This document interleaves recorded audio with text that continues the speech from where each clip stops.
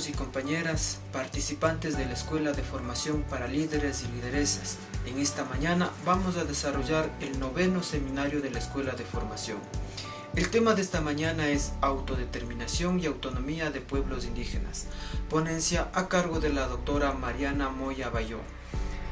Ella tiene una larga trayectoria a nivel académico. Desde la academia ha propuesto múltiples propuestas. Desde la academia ha desarrollado diversos aportes hacia los pueblos indígenas para consolidar la autodeterminación y autonomía de los pueblos indígenas asentados en la Ciudad de México. Desde la academia ha aportado en temas de educación, de identidad, de cultura y otros temas más. Así se ha ido consolidando día tras día procesos de reivindicación desde los pueblos indígenas. Esperamos que estas formas de aprendizaje que se presenta a través de estas plataformas de estudio sea un aporte para ustedes y que también ustedes sean un aporte para sus comunidades, para sus organizaciones e incluso para la sociedad y también para plantear demandas hacia el Estado. Bienvenidas y bienvenidos.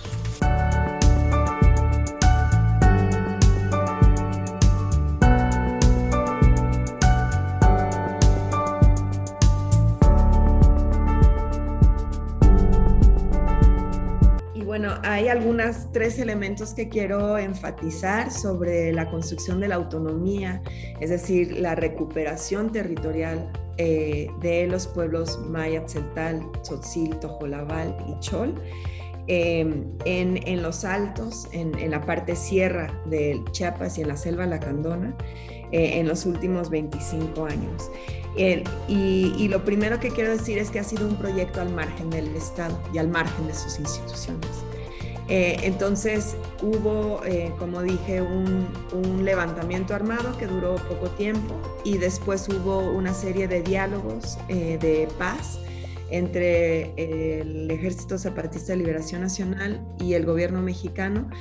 La primera ronda fue sobre derechos y cultura indígena y nomás llegó a la primera ronda. Se firmó un acuerdo de paz que se llama los Acuerdos de San Andrés, Acamchén de los Pobres, en 1996. Y para el pueblo maya, la palabra es igual que la acción, ¿no? Entonces dijeron, bueno, si hay un acuerdo ya firmado, aunque sea la primera ronda y después se suspendieron los diálogos hasta la fecha, 25 años después, pero si ya hay una palabra dicha, que ya podemos ejercer la autonomía y la libre determinación, aunque no esté plasmado en la Constitución, eso es igual que la acción, ¿no? Entonces no vamos a esperar hasta que esté plasmado en una reforma constitucional que se hizo de una manera muy diluida en el 2001.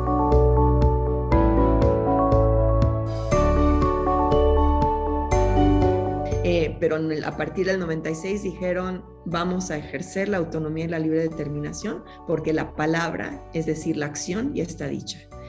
Entonces eso se hizo al margen del Estado. Es decir, que el proyecto autonómico en los municipios autónomos zapatistas no recibe apoyo del gobierno, no recibe subsidios, por ejemplo, de proyectos agrícolas. Hay un sistema de educación que es propia. No hay maestros oficiales de gobierno que entran en las comunidades.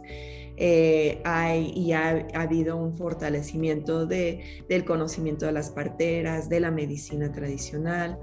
Sí hay muchos intercambios con otras organizaciones, pero todo sucede al margen del Estado. El sistema de justicia también tiene sus propias instituciones y no acuden necesariamente a las instituciones oficiales. Entonces eso es un elemento que quería señalar como importante para entender este contexto.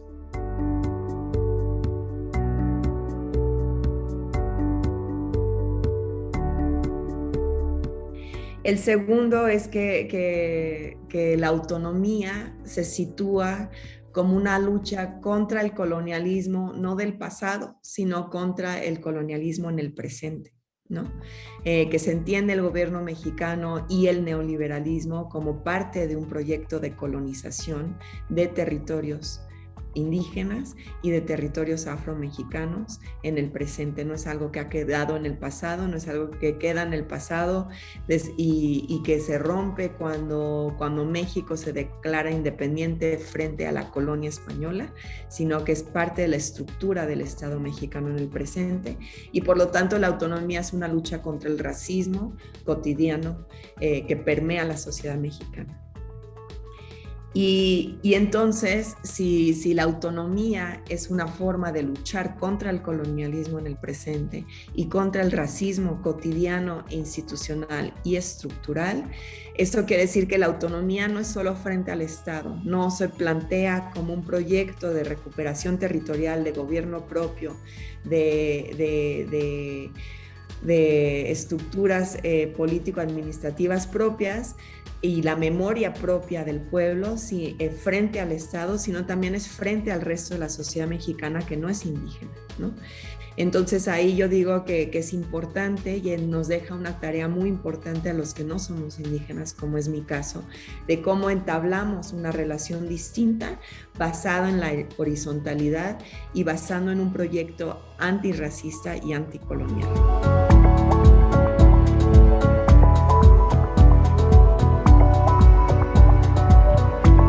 Entonces, si la autonomía es un derecho que tiene sentido en su construcción cotidiana, ¿cómo ha sido en los municipios autónomos zapatistas? Entonces, según lo que entiendo, y ahí esto es parte de lo que quisiera dialogar con ustedes, tiene algo en común con su experiencia en el siglo XIX, en el siglo XX, en el caso del pueblo Cayambi, de muchos lugares en el Ecuador, porque los altos, es decir, la sierra de Chiapas y la selva lacandona, fueron tierras de terratenientes, de finqueros. Y entiendo que en el caso de ustedes terminó un poco antes que en el caso chiapaneco. En el caso de Chiapas, las fincas permanecieron desde finales del siglo XIX hasta 1970 y en algunos casos hasta el levantamiento zapatista. Es decir, se declara la guerra contra el Estado en parte para también terminar con la institución de las fincas. Y entonces, cuando en 1996, 2 años después del levantamiento, o sea, se da el levantamiento, los finqueros, los caxlanes, que es la palabra en celtal que se usa para referirse a la gente de fuera, la gente blanca, la gente que se apropió y ocupó territorios que no son de ellos, ¿no? Que eran de los pueblos maya. El levantamiento fue una manera de correr a esos terratenientes y nuevamente apropiarse del territorio originario, ¿no? Pero hubo un periodo de 2 años donde estaba el ejército ocupando, donde era muy difícil poder empezar a trabajar la tierra y reconstituir una relación con la tierra, con ese territorio.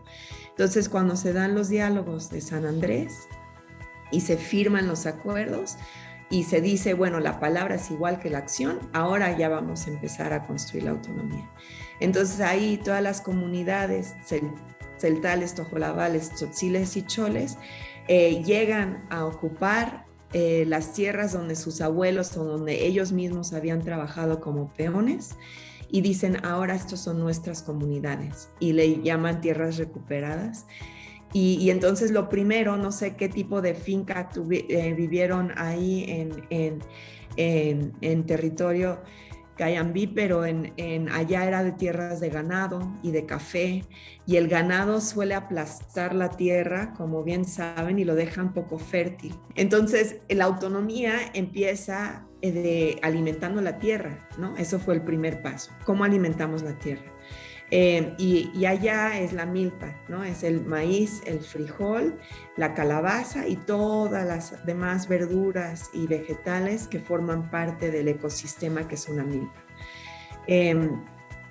Entonces eso fue el primer paso de la autonomía, cómo establecer otra relación con la tierra y cómo alimentar la tierra de nuevo para que tuviera fuerza.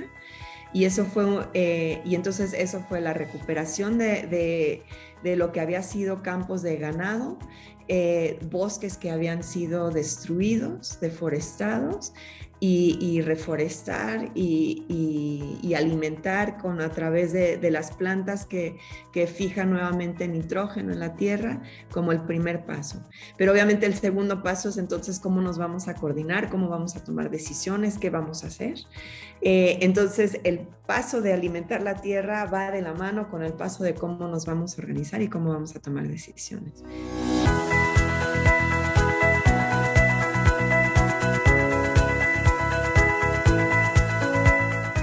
Entonces ahí en el territorio zapatista se dividieron en lo que llaman municipios autónomos.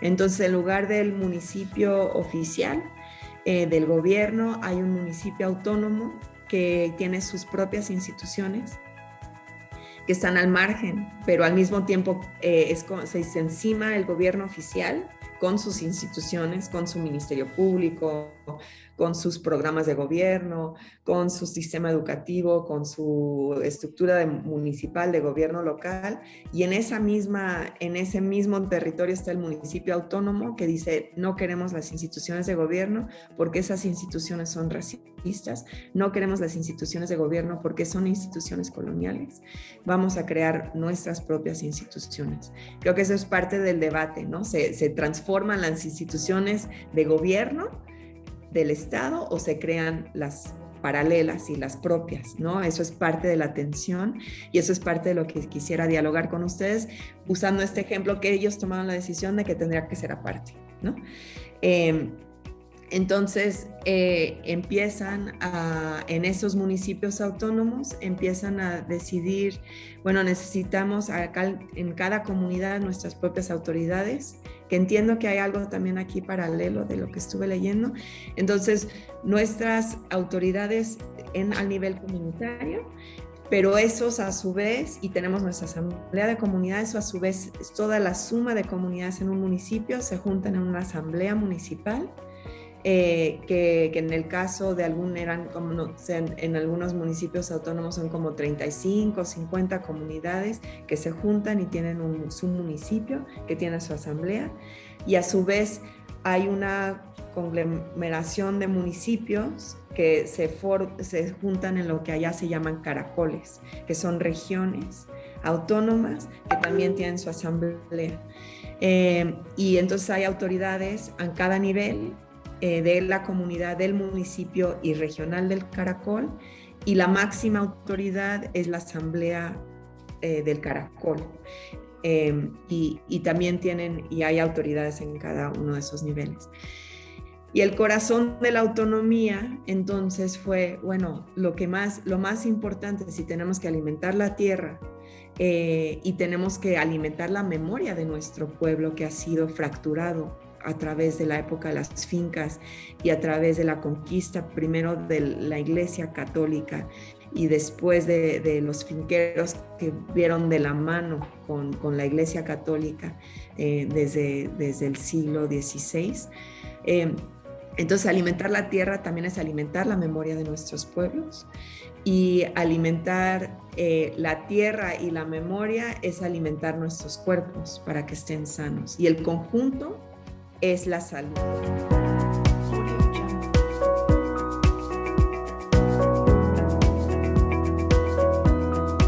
Entonces, la autonomía empezó para tomar decisiones sobre 3 ejes principales. Un proyecto agrícola que pudiera cuidar bien la tierra, sin fertilizantes, sin químicos, y darle mucha fuerza a la tierra de nuevo. Entonces, el proyecto agrícola, el proyecto de salud de los cuerpos, ¿no? De los habitantes, que al mismo tiempo es la salud de la comunidad. Y en tercer lugar, el proyecto educativo, para que el proyecto educativo tuviera como eje central en su corazón la memoria propia del pueblo. Entonces así empezó la autonomía, ¿no? Con estos 3 pilares. Entonces hubo muchos intercambios porque había una memoria de cómo trabajar la tierra sin el uso de fertilizantes y de químicos, pero había que aprender también otras técnicas. Entonces llegaron gente de Brasil, por ejemplo, del Movimiento Sin Tierra de Brasil, Vía Campesina, que es una red internacional de campesinos que aprenden y recuperan los conocimientos de siembra tradicional y de ecosistemas complejos, no de la monocultura que ahora intenta implementar nuestros respectivos estados, para intercambiar ideas, ¿no? Entonces empezó esa parte para que la tierra tuviera fuerza de nuevo y recuperar sobre todo la milpa. Y después todo un proyecto de salud que ha implicado recuperar el conocimiento de las parteras, de las plantas medicinales, de las plantas que le dan fuerza a la sangre, ¿no? Y que le dan fuerza al cuerpo para trabajar y para estar sano, para que el corazón de la comunidad estuviera bien. Y el proyecto educativo. Entonces quiero explicar un poco cómo fue ese proceso educativo, porque se me hace que fue fundamental. Fue decidir que no queríamos el sistema, que ellos no querían el sistema de educación oficial, porque eso colocaba en el centro la historia de los españoles o de los cashlanes, de la gente de afuera, la gente blanca, y menospreciaba y relegaba al pasado la historia de sus pueblos, como si fuera el gran imperio, la gran civilización maya que desapareció en el presente, o como algo de las raíces de un presente que ya no más quedó en el pasado. Entonces fueron a cada asamblea, en cada comunidad, fueron hablando en asamblea, decir, bueno, ¿qué tipo de educación queremos? Y fueron narrando que era importante recuperar sobre todo la memoria, que para ellos parte de lo que decían los abuelos era que era muy doloroso, que lo que se aprendía en la casa y lo que enseñaban los abuelos no tenía nada que ver con lo que aprendían los niños en el aula, en el salón de clases, ¿no? Y que el aula era casi como una cárcel, porque era encerrar a los niños dentro de 4 paredes, cuando el aprendizaje está en el bosque, el aprendizaje está en la milpa, el aprendizaje está caminando en la comunidad. Uno no aprende encerrado como si se tuviera que separar de lo cotidiano. El aprendizaje está en lo cotidiano, ¿no? Y entonces eso fue parte de lo que que la historia tenía que ser en celtal, tenía que ser en tojolabal, en chol, en tzotzil, no en el idioma cashlán de la gente de afuera, es decir, el español, que es lo que yo estoy hablando. Entonces se hizo esa recuperación en cada comunidad, y después se discutió a nivel de la asamblea, y después se discutió al nivel del caracol, y se decidió que la escuela tenía que ser, sí, a veces en el aula, pero sobre todo sacando a los niños a trabajar en la tierra, yendo al bosque, hablando con los ancianos, con los mayores, y que eso iba a ser la base de un sistema educativo propio. Y entonces eso se convirtieron en los 3 pilares. Durante los primeros 10 años la autonomía era la salud, entendido que es la agricultura, que es la salud de los cuerpos y que es la educación. Y ese conjunto le da fuerza al corazón del pueblo. Y ya consolidando un poco ese proyecto o esos 3 pilares, llegó a otro pilar que es el sistema de justicia. Y el sistema de justicia, implementar un sistema de justicia propio fue fundamental por varias razones. Primero, porque el sistema de justicia de gobierno es un sistema de injusticia, ¿no? Donde el racismo, cuando uno tiene que acudir porque hubo un robo o hubo un acto violento o hubo un intento de despojo, la primera es en español. Entonces empezó el sistema de justicia para crear un sistema donde uno no se siente deshumanizado, como si fuera tratado como si fuera ganado, como si fuera vaca, como si fuera un perro, sino más bien con la dignidad que implica, y en lugar de buscar quién es el culpable y quién es el inocente, encontrar cómo reparar el bienestar de la comunidad ante un acto doloroso. Y entonces el sistema de justicia propio tiene esa base, ¿no? De encontrar reparar los desequilibrios cuando ha habido un daño hecho a la comunidad a través de una persona. Pero también el sistema de justicia propio ha sido fundamental frente al Estado y a los intentos de lógicas de contrainsurgencia de minar un proyecto de autonomía del Estado, y también que tiene en gran parte como crear enemigos entre el proyecto autonómico zapatista y organizaciones campesinas que también son indígenas maya y que viven en el mismo territorio y que pueden entonces a enfrentarse y a chocar, ¿no? Entonces, cuando los zapatistas, cuando el gobierno autónomo, que se llaman las juntas de buen gobierno, empezaron a ver que la estrategia del Estado no es que vengan los militares a ocupar nuevamente, porque eso tiene mucha visibilidad en los medios y como no se ve bien, se rompe la imagen del Estado mexicano, pero entonces la estrategia era: vamos a poner esta organización campesina en contra de los municipios autónomos, y entonces parece que nomás es un pleito intercomunitario, un pleito entre los mismos indígenas, que de por sí son salvajes, ¿no? Dice el Estado, como parte de su racismo, entonces que se peleen entre ellos.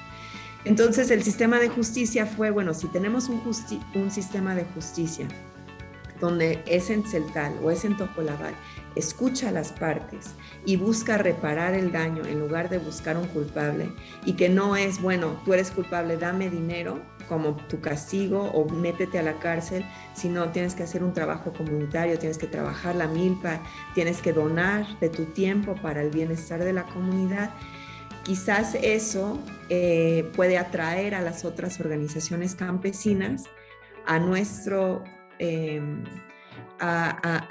espacio y entonces crear un contrapeso, una contraestrategia de la estrategia del gobierno, que era fracturar y ponernos a pelear. Entonces, ese es el sistema de justicia propio, ha sido fundamental porque vieron que empezaron a acudir esas otras organizaciones campesinas, porque si ellos tenían un problema, veían que se escuchaba mejor, ¿no? Como los jueces o las autoridades, sobre todo los ancianos, en el sistema de justicia propio zapatista, que con el Ministerio Público o con el sistema oficial.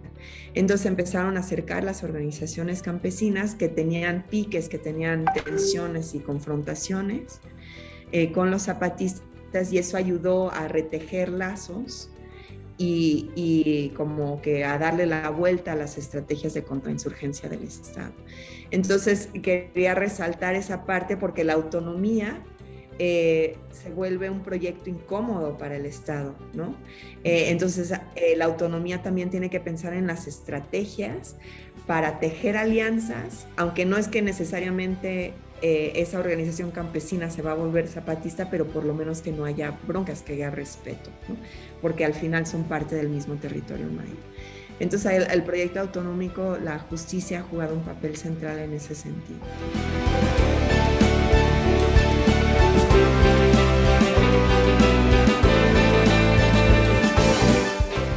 Y entonces quería enfatizar todo este tejido desde abajo, esta construcción a lo largo de los 25 años, porque ha permitido, porque la lucha por el territorio, ¿no?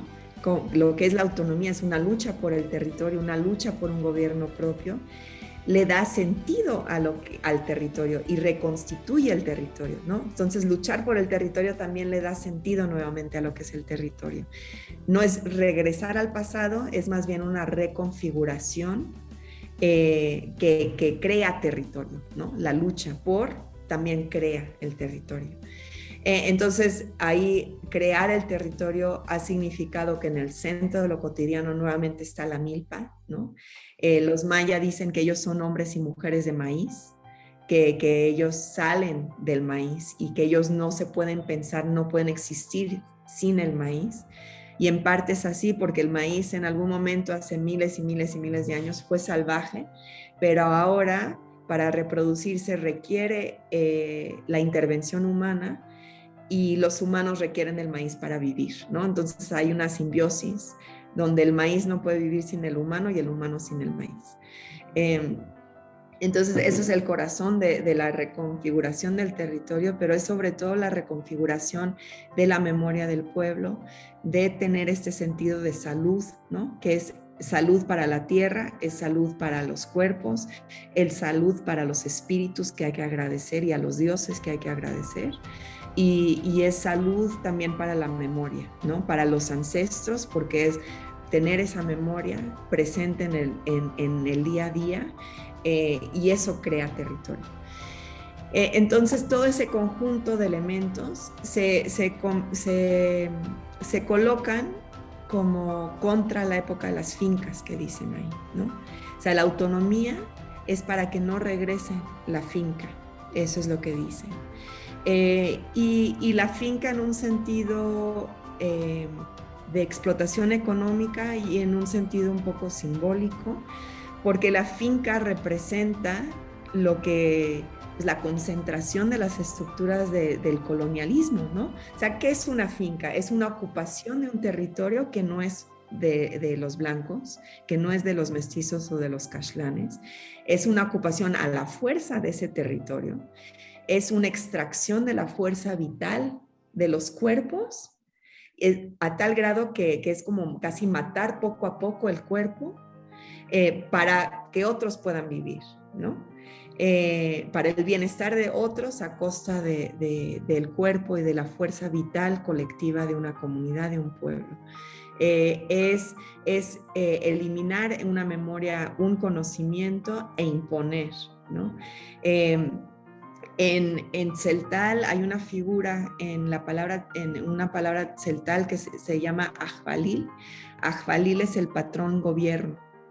Entonces el patrón, Ajvalil es como la figura de autoridad, que puede ser tanto el patrón de la finca o el patrón de la casa, si eres una empleada doméstica, o también es el gobierno municipal o el gobernante del estado. El conjunto es el Ajvalil, ¿no? Entonces el Ajvalil es una figura colonial, porque es el patrón que manda y te trata como si tú hubieras nacido para obedecer, ¿no? Tú no puedes mandar porque yo mando, yo soy el Ajvalil, ustedes nacieron para obedecer. Y el Ajvalil es la figura que dice, tú trabajas para mí y tu energía de vida es para que yo pueda vivir bien, ¿no?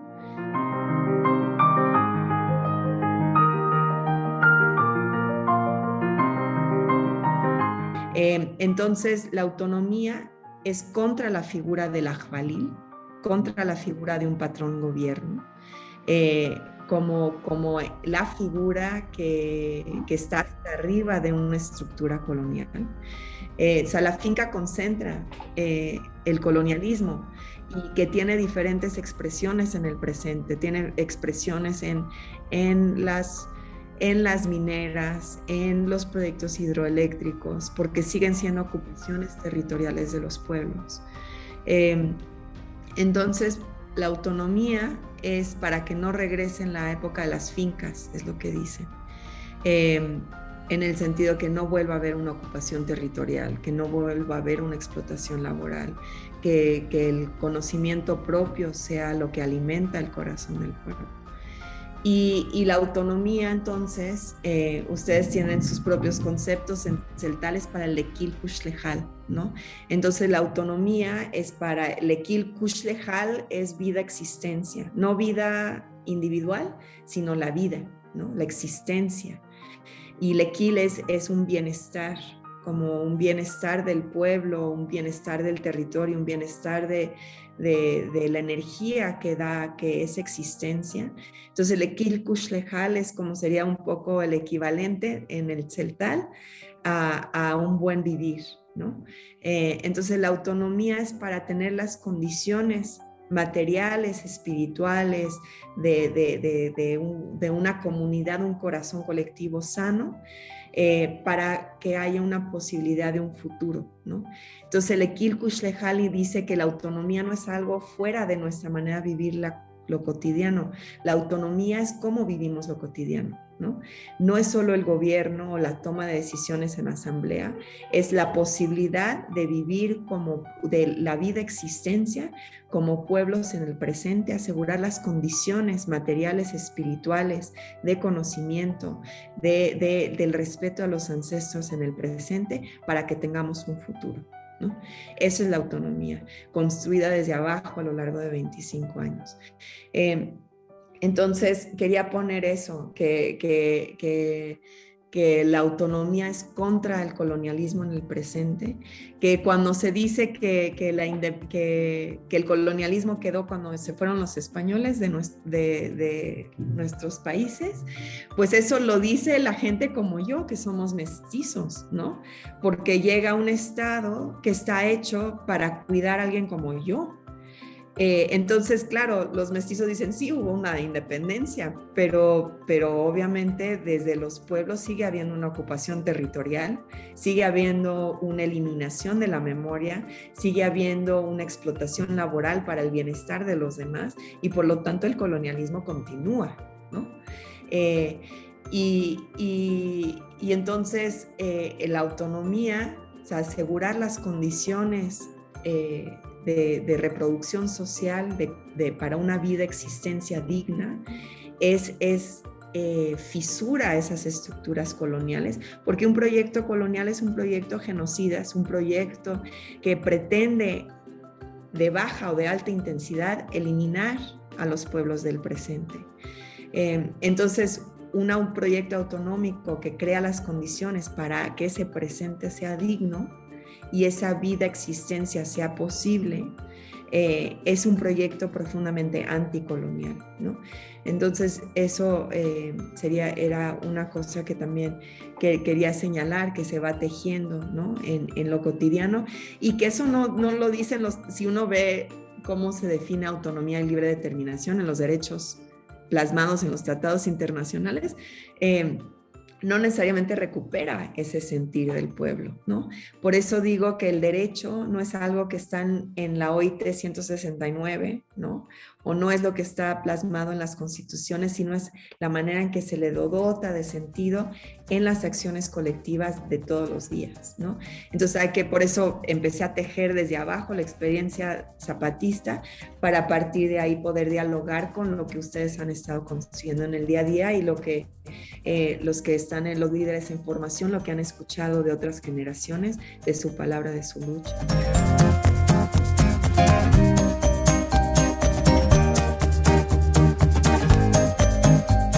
Y lo último que quiere decir que me interpela o interpela a personas como nosotros, entonces en mi caso como una mujer mestiza, ¿qué es lo que tengo que escuchar y qué tengo que respetar? Porque a mí se me hace que parte del proyecto racista de un Estado es que le delega a los pueblos indígenas la responsabilidad de la transformación social, ¿no? Y nos absuelve a gente como yo de nuestra responsabilidad. Y así no puede ser. Si soy alguien como, bueno, en mi caso una académica comprometida con la lucha, eso quiere decir que yo siempre tengo que reflexionar críticamente sobre mi papel y cuál es mi responsabilidad, ¿no? Por eso empecé diciendo que yo vivo en un territorio que es náhuatl, que ya la gente lo olvida porque dicen que es la Ciudad de México, pero es un territorio náhuatl y yo lo tengo que honrar y respetar como tal. Eso quiere decir que mi apoyo al proyecto autonómico en las comunidades mayas zapatistas implica que yo tengo que también saber cuáles son el papel que no me corresponde, ¿no? Y ahí ha habido momentos donde los municipios autónomos dicen, no, organizaciones sociales, las ONGs, ya no los queremos aquí, porque ustedes tienen una relación paternalista con nosotros, ¿no? Nos tratan a veces como si fueran niños, nos explican cuáles son nuestros derechos, cuando en realidad nuestra tarea es ver cómo queremos que sean nuestros derechos y cómo lo vamos a tejer. Y ustedes diciendo que la OIT 169 dice esto y esto y esto, es como si fuera de arriba para abajo y más bien el derecho se construye de abajo para arriba, ¿no? Entonces ha habido momentos que la autonomía dice, no, ustedes son ONGs, ustedes académicos, ustedes organizaciones que apoyan solidarias, fuera, porque ahora el momento es nuestro. Entonces, lo último que quiero decir que parte de esta construcción de la autonomía implica tener conversaciones que son incómodas, ¿no? Que son difíciles, pero que son fundamentales para que la autonomía sea un proyecto anticolonial, antirracista, frente al Estado, pero también frente a la gente de la sociedad que no somos de los pueblos indígenas y que tenemos nuestra propia tarea de ver cómo vamos desmantelando las estructuras racistas e incluso en lo interpersonal, porque es parte, incluso en los espacios solidarios, es algo que permea. Bueno, y que ese conjunto de tareas es lo que crea Telequil Kushejal, estas posibilidades de una vida digna, de una vida existencial.